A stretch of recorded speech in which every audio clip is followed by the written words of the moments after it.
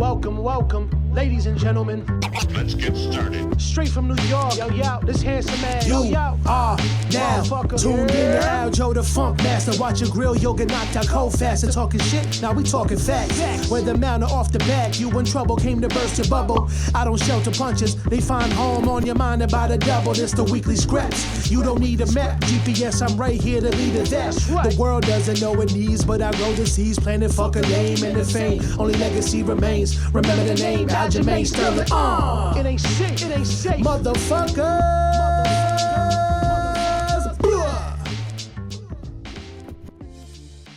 What's up, guys? Welcome back to the weekly scraps. Man, great fight card this past weekend, and honestly, this podcast episode is going to be pretty short. I'm exhausted. I don't know if you guys realize, but I am training for a pretty big fight right now. Just got back from training, and I'm a little tired. I'm a little beat up. I'm trying to keep the high energy, but it's not as easy as it may seem all the time. And I want to make sure I put something out for you guys. Siddiq, what's up? You just wake up? Hey, what's up?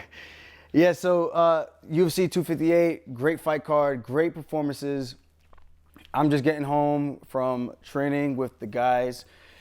We took Eric's class, Eric Nixick, over at Extreme Couture, 9 a.m. class on Monday.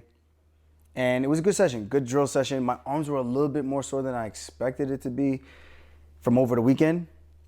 Really shocked about that. I thought Sunday would have been enough time to kind of recover from Saturday's hard sparring session with the mix-in drills of kind of like a puke drill simulator. So with that being said, today was a lot harder than I thought it was going to be. And I got another session later tonight. So after this, I'm going to try to get this edited, post it up, and then I'm going to be looking to either hit a hard session or I might just jump in the ice bath and call it a day. So I really don't know right now. It just really depends on how I'm feeling later on, because I want to make sure I'm getting the most out of my training sessions and not grinding my body too much into the ground. So let's get into it real quick. Usman versus Burns. Crazy fight. I thought it did everything that I thought it delivered in comparison to people's criticisms of Usman talking about like he's not an exciting fighter, he could be pretty boring. I won't lie, I kind of was on the fence about that, as like his performances are kind of hit or miss, you really never know. And I used to be in that same boat. I would say my past few performances have gotten like better and better and better in terms of activity. I think Usman was in that category. Now you have the, what would you call it? Kobe Covington. You had that performance, which turned out to be an entire stand-up fight, which was super exciting. Then you had the Masvidal fight, which had its moments, but it had its moments because of Masvidal. He did outstrike Jorge, but that's because he had him against the cage, a lot of all that stuff. But either way, dominant performance from him over Masvidal, who's an elite striker. And then this performance over Gilbert Burns, who looked phenomenal. And he talked about it. He said training sessions used to go the same exact way. He said pretty much Gilbert Burns would land a hard strike like that, and then kind of just weather the storm and then go the other way in terms of his favor. And that was pretty much what we saw. So now looking back in hindsight, I could kind of see why Gilbert Burns wanted his shot at Usman, knowing that he's probably heard him in training before and thinking that, you know, if this was a fight, I could probably take him out, and probably looking at training sessions from that lens instead of how can I help my partner. And obviously I'm not taking a dig at Gilbert, but it's just one of those situations where I understand both guys' side. I understand Usman, he was the one who brought the belt down to Sanford, and for them to kind of, he decided to leave. I don't know what that situation was like, but he left. Gilbert Burns was the one to try to get back the title and bring it back to Florida for those guys, but unfortunately came up short. Had Usman hurt early in the first round. Somehow, I can't remember exactly how, but Burns ended up on his back.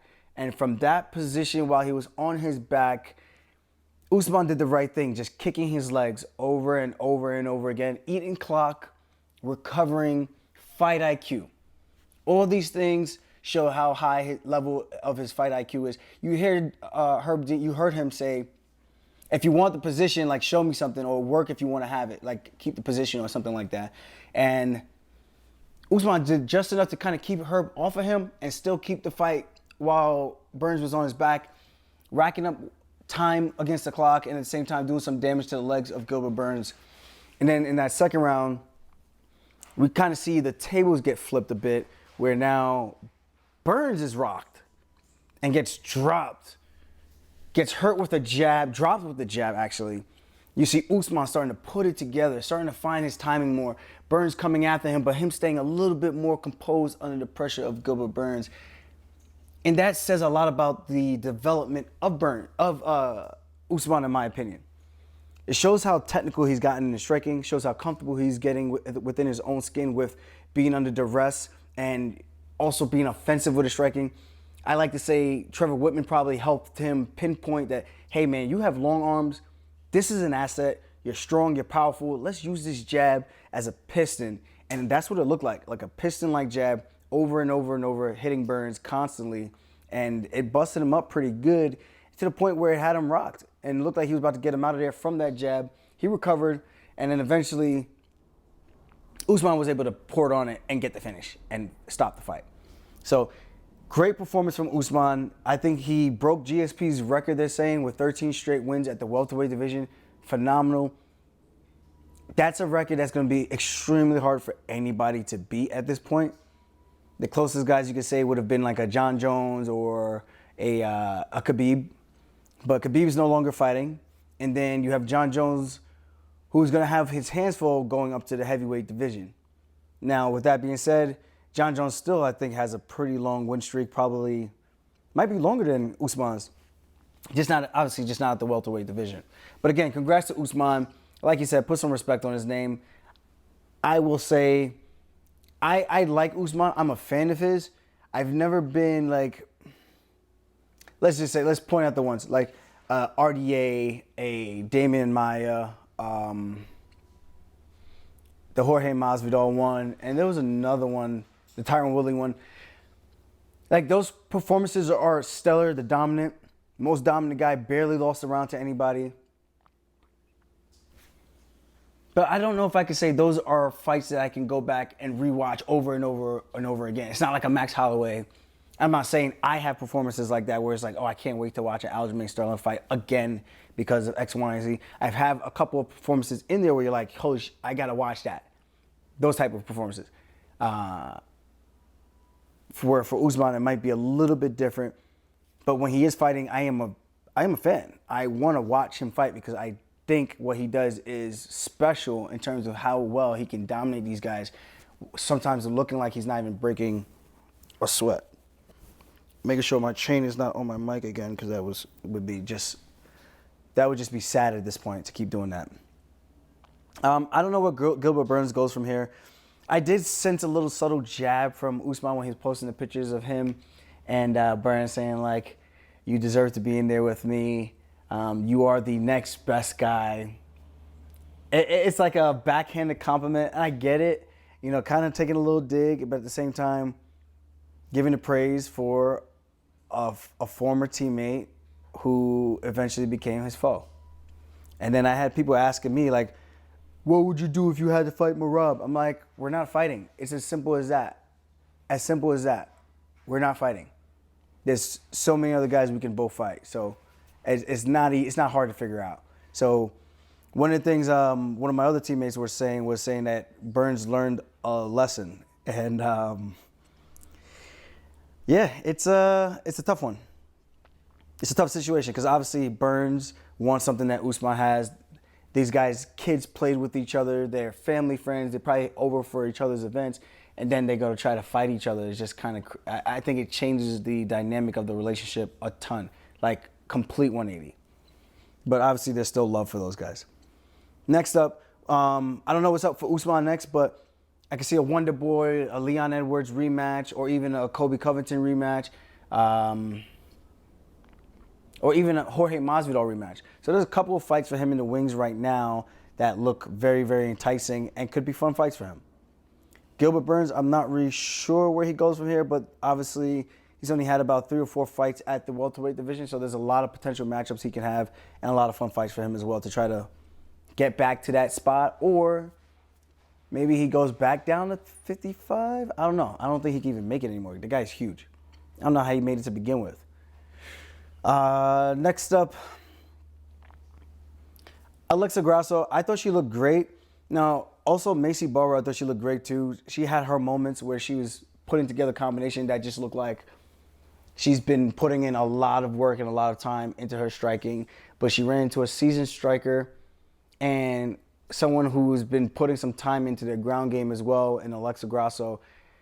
In that third round, she showed her grit where she bit down on her mouthpiece and she was trying to get Alexa Grasso out of there, but Grasso did a good job of neutralizing that and not taking too much damage where she could have fell behind or potentially got hurt to the point where the ref could have stepped in and stopped the fight.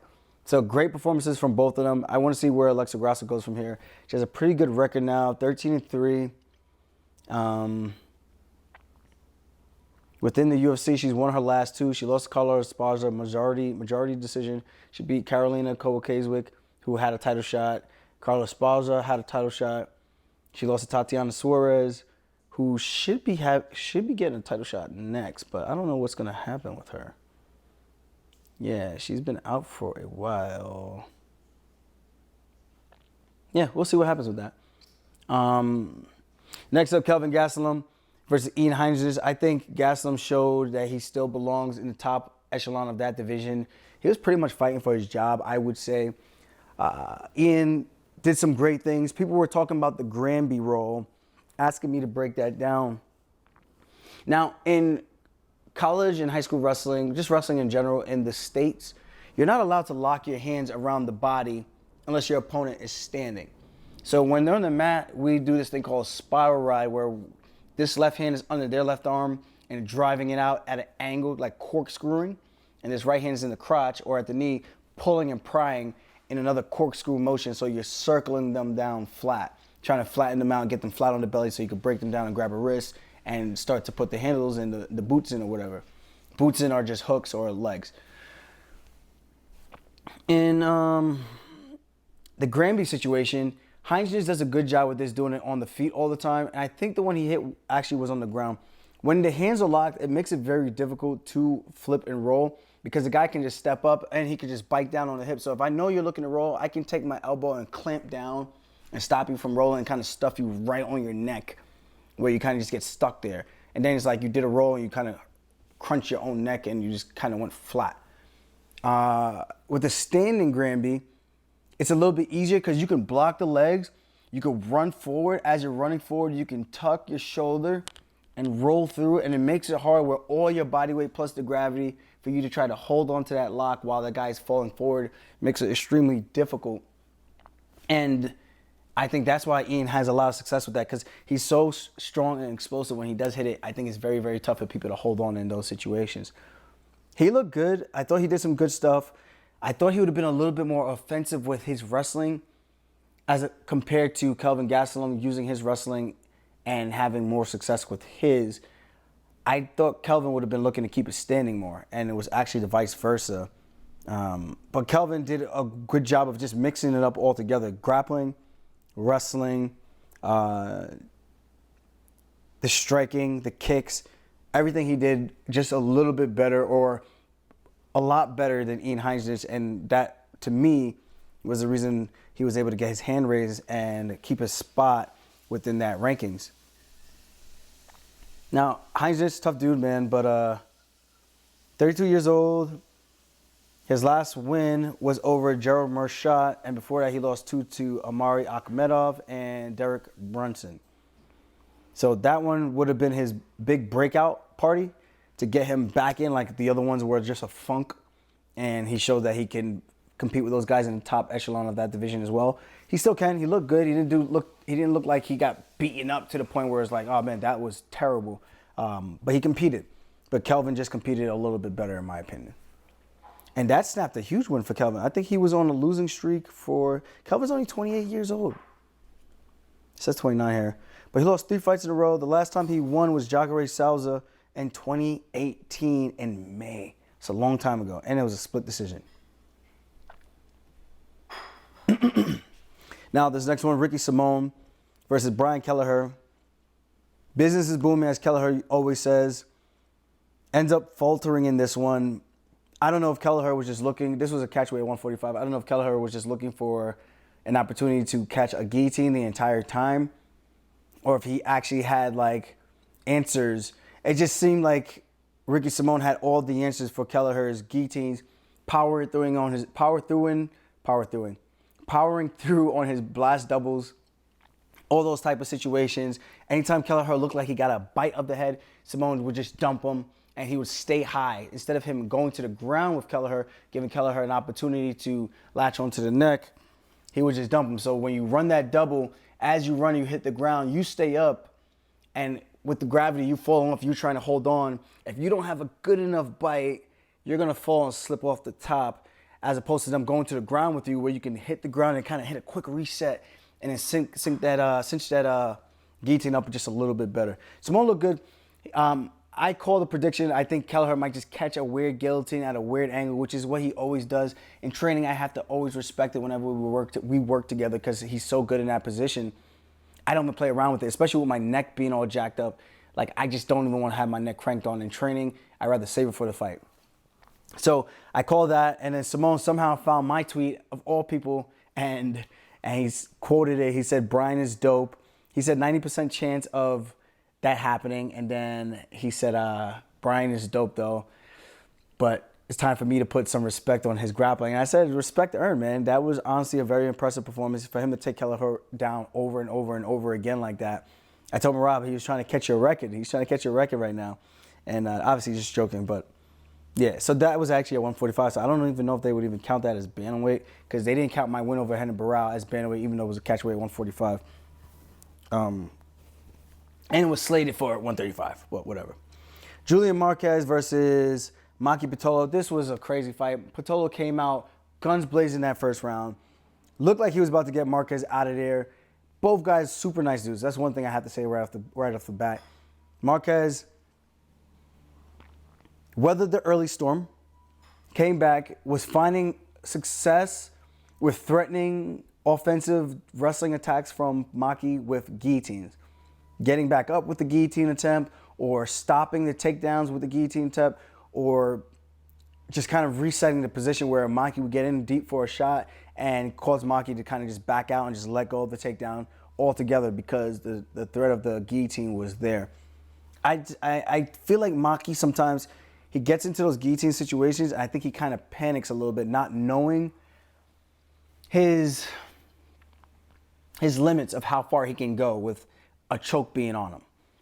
And I think until he gets in there and he works on those chokes and kind of just sees how long he can breathe, how much work he can do, and maybe it's like a claustrophobic thing, because some people are like that, where it's like if you put your hands around the neck or you get too close, they kind of feel like the walls are closing in and they kind of freak out. That's what it kind of looks like to me. Because some of those chokes, I'm like, yo, that's on, but it's not on. Like, you can fight through that if you just take your time and kind of troubleshoot through the situation. But it just seems like he kind of panics and lets go of the situation a little too easy in terms of like a takedown, or rolling through, giving up a situation where he has a takedown clean, but he'll roll through and let it go and bail altogether because of the fear of the guillotine. I know he lost that one fight to, I believe, Darren Stewart, where he got caught. He looked great. And he was dominating that fight, and then got caught in the guillotine. So that's 3 in a row for him. I know he just moved here from Hawaii, so I feel for him, man. Came in off the Ultimate Fighter, looked phenomenal. And he brings the heat. I hope he gets one more shot. He's a fan favorite. I think he brings it all the time. And it would just be good to keep him around. I think a couple little things for him to fix, and I think he can really make some noise in this division again. And also, he is very, very undersized for this division. 185. He doesn't look. His legs are massive. His quads.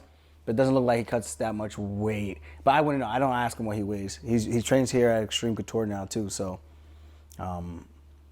yeah, great dude. Like I said, Julian Marquez, also another great dude. I've hung out with him before at Top Golf out here in Vegas, and he went back to Kansas City where he's from. Shout out to him for getting Miley Cyrus as his Valentine. I don't know how crazy that actually went, but that was a great Hail Mary card, and it worked. It looked like it worked, so congrats to him.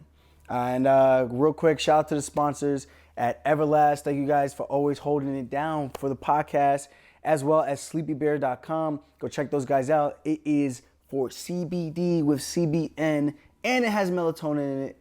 sleepybears.com. Use my discount code FUNKMASTER for 20% off. Tell them I sent you. The next fight, Anthony Hernandez getting a big upset over Rodolfo Vieira. Crazy. Vieira always comes out guns blazing.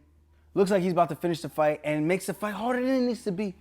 I don't know why, but he just empties the gas tank in this ridiculous manner. The guy's built like a human specimen. The guy is a statue. He's a brick shithouse. And somehow, some way, he always manages to get into these dogfights. The one fight, he had his eye pretty much closed shut.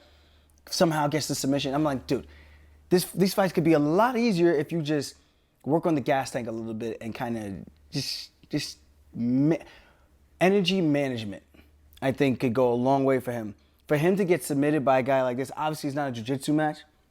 It's a fist fight, so different things can happen. But it was very shocking that Hernandez kept going for the guillotine to finish him. Now, he went for the takedowns, couldn't get it, and then he hurt him. He hurt him bad. He had him mounted, almost had him in an arm triangle, eventually gets out, Anthony Hernandez, and starts to put the beats on Vieira. Vieira tries to weather the storm, survives round one, eventually in round two gets caught after being hurt again, getting all his takedowns stuffed, and attack after attack, and eventually he got a hold of his neck and was able to make Vieira tap. Kind of just via exhaustion. Now, this other one, Chris Gutierrez versus Andre Ewell. This was a weird one for me because Andre Ewell has really long arms for 135. This was catchweight at 140, but they're both bantamweights. You're fighting a guy who had 2 fights pretty much stopped via leg kicks. How do you come into this fight not looking to wrestle to neutralize the range on the kicks, stay ready to check a kick, or even just stay outside far enough so that you don't get kicked at all, and maybe kicking first before you get kicked? I don't know. It was kind of odd because he looked great that first round until he didn't, where he got clipped. I think he got dropped, and then things started to change and kind of go downhill from there. Gutierrez was smart, taking his time. His coaches were calling for more volume, but he took his time, kind of waited. He's like, I don't want to rush in. The guy's got long arms. He can extend his left cross from a mile away and catch guys.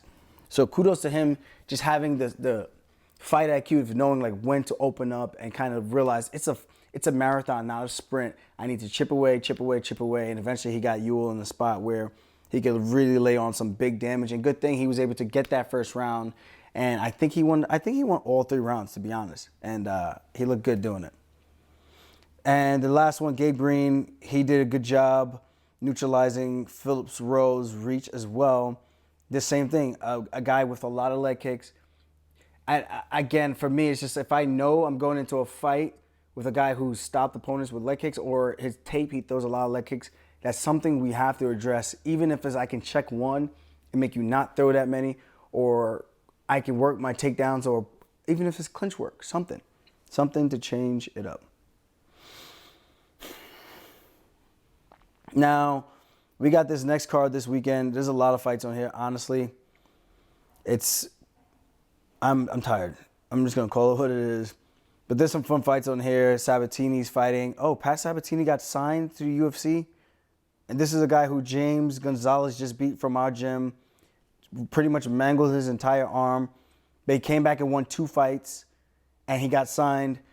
And this just shows you how close you can get signed to the UFC, how close you can be. James ended up losing his next fight. Had he had won that one, this could have honestly been him getting into the UFC right now.